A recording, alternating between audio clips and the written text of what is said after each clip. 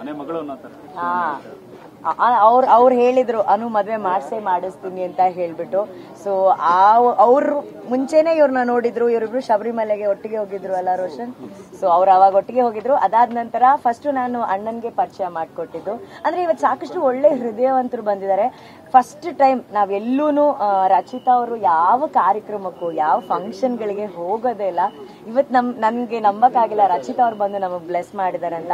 ಅವರು ಕೊರಗಜ್ಜ ಸ್ವಾಮಿನ ತುಂಬಾ ಬಿಲೀವ್ ಮಾಡ್ತಾರೆ, ನಾವು ತುಂಬಾ ಬಿಲೀವ್ ಮಾಡ್ತೀವಿ. ಅಜ್ಜಾನೇ ಇವತ್ತು ಅವ್ರನ್ನ ಕಳಿಸಿದ್ರು, ಅಷ್ಟು ಖುಷಿ ನನ್ಗೆ. ಮತ್ತೆ ಪರದೆ ಮೇಲೆ ನೋಡ್ಬೇಕಲ್ಲ ಮ್ಯಾಮ್, ಇವಾಗ ಜನಕ್ಕಿರುತ್ತೆ. ಮತ್ತೆ ನಾಡಿದಿಂದ ನನ್ನ ಕೆಲಸ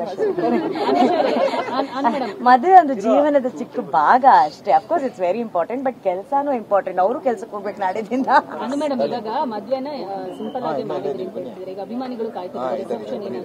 ಇಲ್ಲ, ನಮ್ಗೆ ಇದು ತುಂಬಾ ಸರಳ ವಿವಾಹ ಬೇಕಾಗಿದ್ದು. ಅಷ್ಟೂ ಸರಳ ನಮ್ ಕೈಲಿ ಮಾಡಕ್ ಆಗಿಲ್ಲ. ಸರಳಕ್ಕಿಂತ ಒಂಚೂರು ಮೇಲಾಗಿ ಒಂದ್ ಮಾಡಿದೀವಿ ಅಲ್ವಾ. ನಂಗೆ ಮಂತ್ರ ಮಾಂಗಲ್ಯ ಆಗ್ಬೇಕಂತ ಬಹಳ ಆಸೆ ಇತ್ತು. ಆಕ್ಚುಲಿ ನಾವು ಜಾಗ ಎಲ್ಲ ನೋಡ್ಕೊಂಡು ಬಂದಿದ್ವಿ.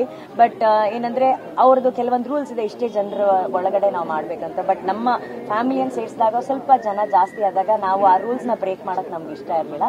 ಬಟ್ ಇದು ಆಲ್ಮೋಸ್ಟ್ ಮಂತ್ರ ಮಾಂಗಲ್ಯ ತರಾನೇ ಇದು ನಮ್ಮ ತುಳುನಾಡ್ ಸ್ಟೈಲ್ ಅಲ್ಲಿ ನಾವು ಮದ್ವೆ ಆಗಿದ್ದೀವಿ. ಐ ಥಿಂಕ್ ಬನ್ನಿ ಎಲ್ಲ ಊಟ ಮಾಡಿ.